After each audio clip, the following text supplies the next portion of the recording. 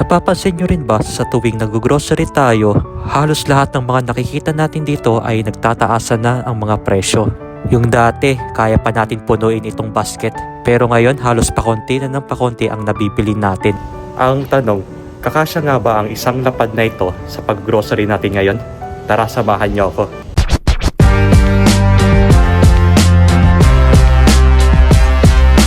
Magandang tanghali po sa inyong lahat. Ayun, kakagising ko lang po ngayong araw at syempre day off naman po natin. Time check muna tayo, 11:15 na po ng tanghali at kakain na po tayo ng tanghalian. Ito nga po pala yung kakainin natin ngayon, itong in-order kong pizza kagabi. Wow! Bale, pinagsama ko na dito yung natira namin para hindi takaw space yung lamesa natin. Bale, papainit ko na lang to sa may oven. Sarap ng umaga. Tanghali na pala. Good afternoon, neighbors. Ganda po ng panahon natin ngayon. Kaya masarap lumabas mamaya at mamimili tayo.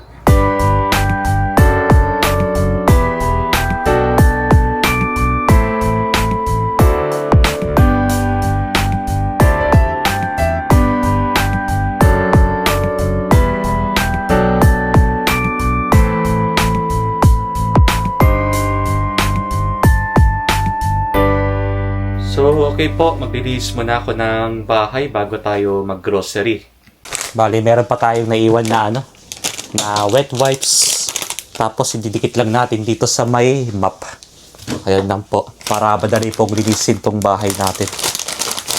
Ay, sakto, isa na lang po yung naiwan. Bibili na lang po tayo mamaya pag nag-grocery tayo. Ay, hindi pa. Naiwan pala isa. At saka ilalagay natin dito yung yung basahan. Ayan, ipit lang natin dyan. Yan, ganyan lang po. Bali, start lang natin dito sa may bandang CR. Ayan. Ganyan lang po ako maglinis, guys, every weekend. Buti na lang meron tayong map na ganito.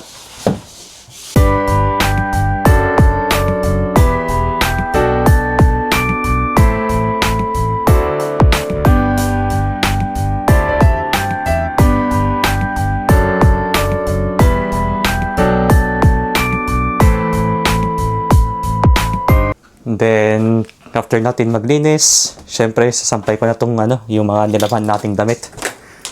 Bali, jacket na lang po yung sasampay natin sa ngayon. At yung mga makakapal na damit.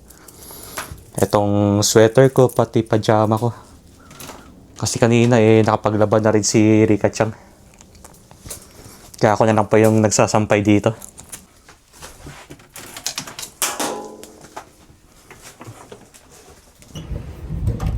Papunta na po pala kami ng grocery ngayon at time check muna tayo, 4:15 na ng hapon.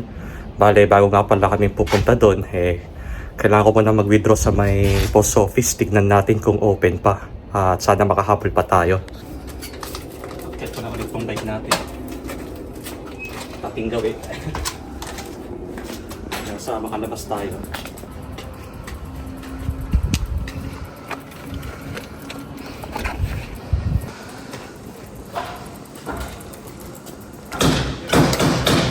Ay, buti nakaabot pa tayo.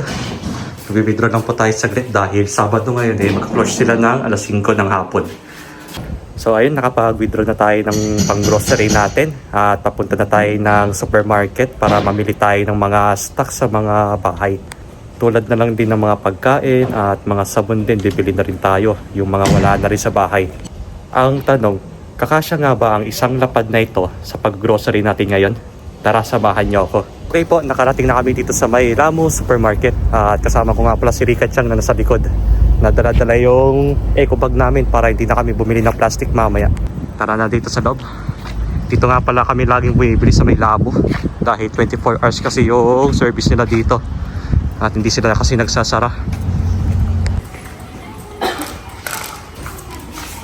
Ito, bili tayo ng paprika or bell pepper.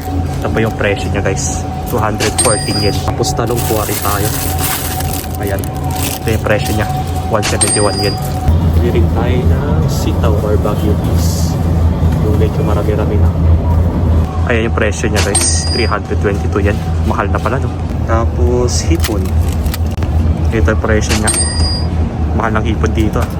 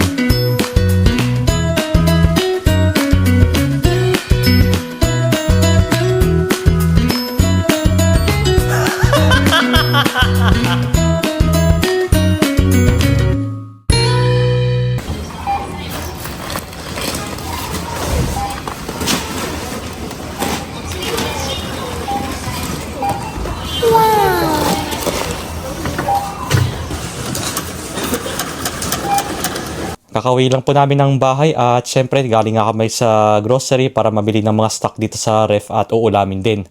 At ito nga pala yung mga pinamili namin kanina. Bale hindi ko na isa-isahin guys para hindi medyo mahaba yung natin, yung vlog natin. Ito toge.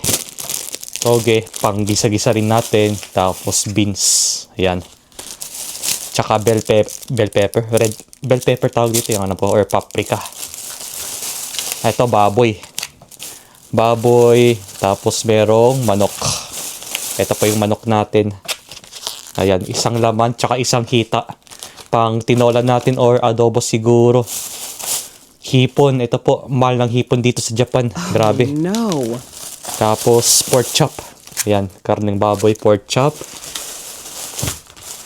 Tapos ito, laman. Laman ng baboy. And syempre, liempo. Ayan, hindi talaga mawawala yung liempo sa baboy natin. Ito, talong. Panghalo sa siguro sinigang. Yun. Tsaka iba pang mga ulam. Ito po, mantika. Buti na lang nakabili na kami ng mantika dahil simula sa April po magtataas na po sila ng presyo ng mantika daw. Ayan. Malaki nga daw po itataas ng mantika. Ito, hindi rin mawawala yung chichirya, chocolates. Ayan. At iba pang mga sangkap dito. Ito po, itlog. Hindi rin mawawala to. Miso soup. Pagka wala tayong ulam, ito yung ulamin natin. Sasabawan lang natin to. Siyempre, higit sa lahat, hindi mawawala ang bigas. At good news nga po pala guys, bumaba na po pala yung presyo ng bigas ngayon. At sana patuloy pa rin itong bumaba. At nakabili nga pala ako ng 8 kilos na bigas worth 5,000 yen lang po ito. Kaya laking tulong po nung pagbaba ng bigas. Dati po kasi nung bumibili ako ng 8 kilos, nasa 6,000 yen po mahigit, nasa 6,400. Pero ngayon po nasa 5,000 yen na lang po, kaya bumaba siya ng 1,000 yen. 8 kilos po ito, kaya nabili na po namin. Ito po, hindi talaga mawawala ang gulay sa atin. Nira or dahon ng bawang, repolyo, or Chinese pechay, tsaka forenso. Ayan po. Puro gulay po. At tanong ko nga po sa inyo kung kasya nga ba ang 10,000 yen na pinang-grocery natin kanina. Ang sagot ko po dyan ay hindi po. Dahil yung total na grocery natin ngayong araw ay nasa 14,167 yen. Ayan po. Bale, buti na lang nagdala rin tayo ng extra money natin. Dahil yung isang lapad po talaga sa pag-grocery natin ay hindi po talaga kaya dito sa Japan. Dahil na rin po sa inflation yan, kaya patuloy pa rin po tumataas yung mga bilihin dito. Kaya yun din po yung nagiging cost natin kung bakit medyo nadadagdagan din yung mga gastusin natin dito. Kaya the more na tumataas po yung mga bilihin, the more rin na gumagastos din po tayo dito. Yun po yung medyo mahirap-hirap din po sa ngayon. Buti na lang po, good news na rin po sa presyo ng bigas ngayon. Yun po talaga yung bumaba sa ngayon. Talagang thankful na rin po ako nun. Kaya ayun po. At ito po yung naano natin ngayon, na hindi po talaga kasya yung isang lapad na grocery sa ano natin guys, sa pang-araw-araw natin.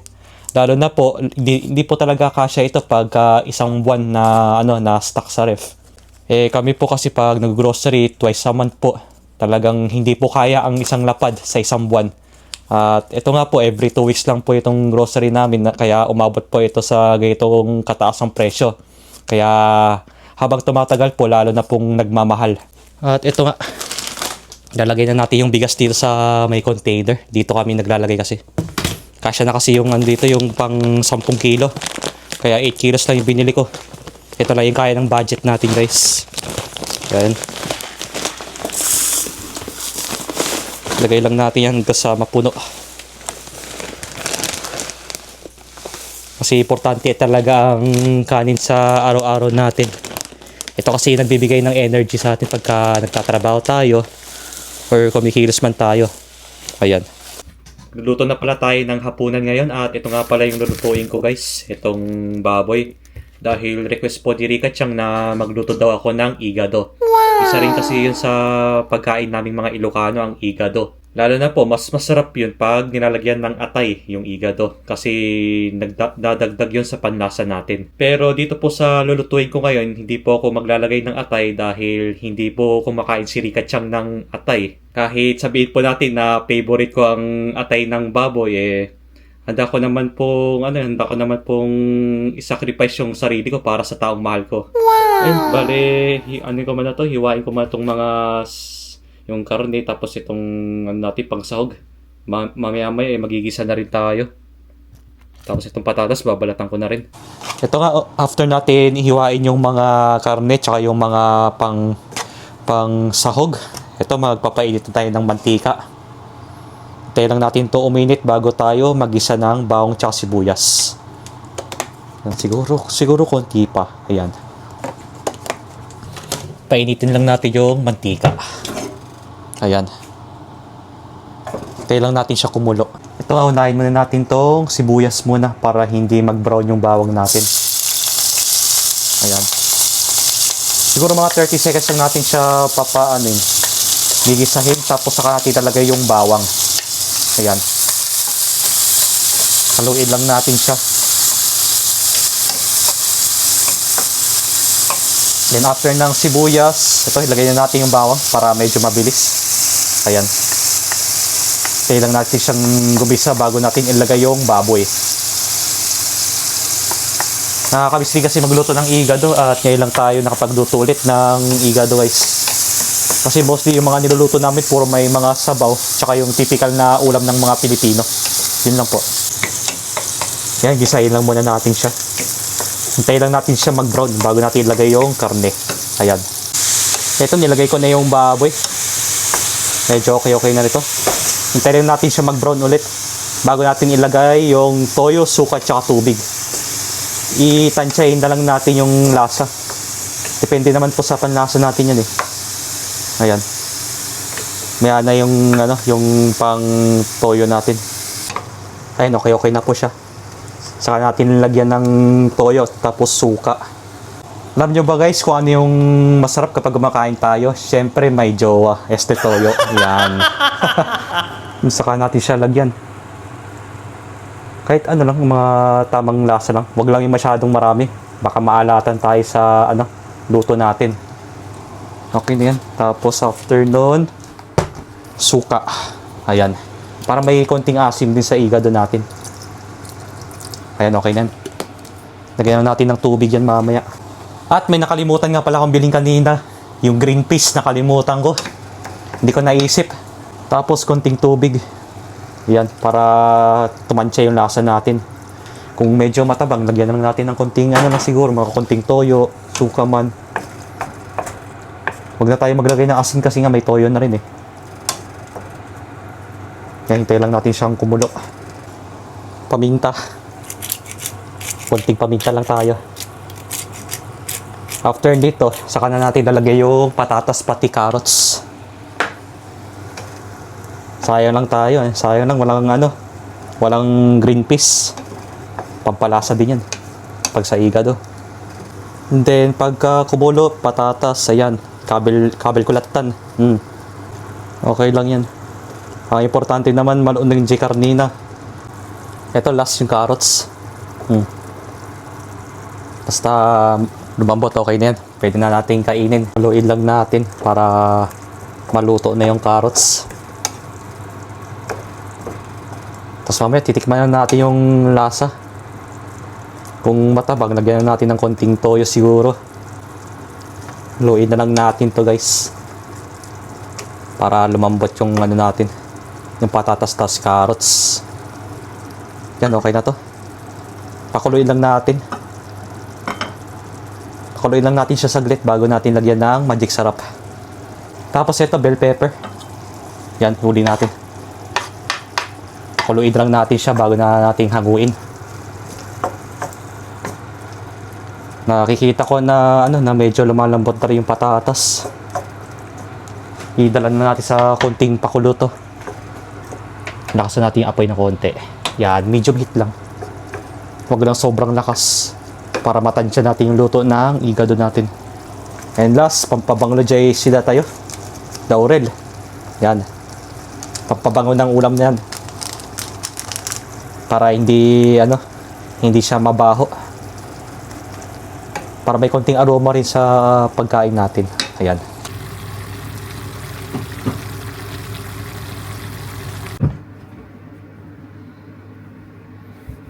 Ito na pa yung niloto kong igado. Igadong baboy.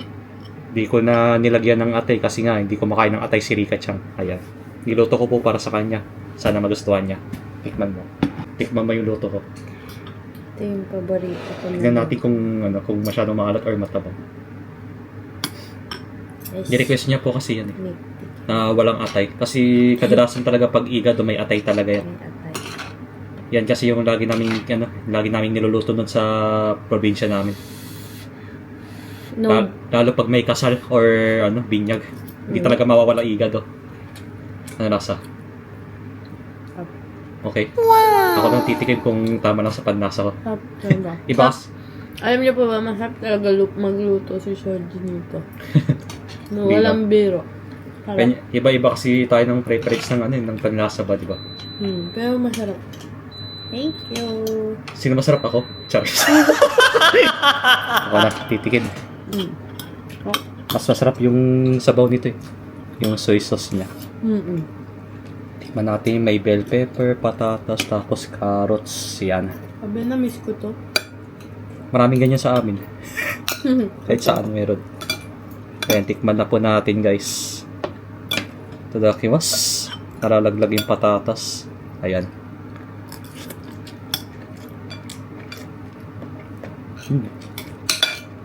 Sarap din yun. You sure?